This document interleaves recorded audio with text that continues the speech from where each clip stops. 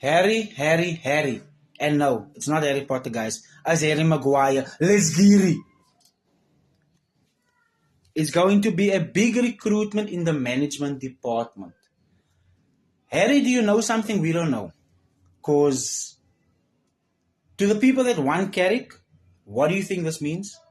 I don't want Carrick. I want a different coach. I want someone more established, more experienced. Because Ten Hag, Amorim, gone. Ole, gone. So just get a proper coach in. People that want Carrick in, what do you think this means? Across the board, what do you think Harry's onto? Like, clearly he's got inside information, so. And who thinks the owners of United can actually pull this one off? Because if he's saying they're going to make a big recruitment, that means that they're actually going to get something right.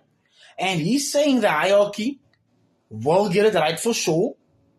So who else thinks we can actually make proper decisions in that department? Because everything, as far as I know, everything has gone south. Signings, manager recruitment, everything's been going south. Let me know your thoughts. Let's get it.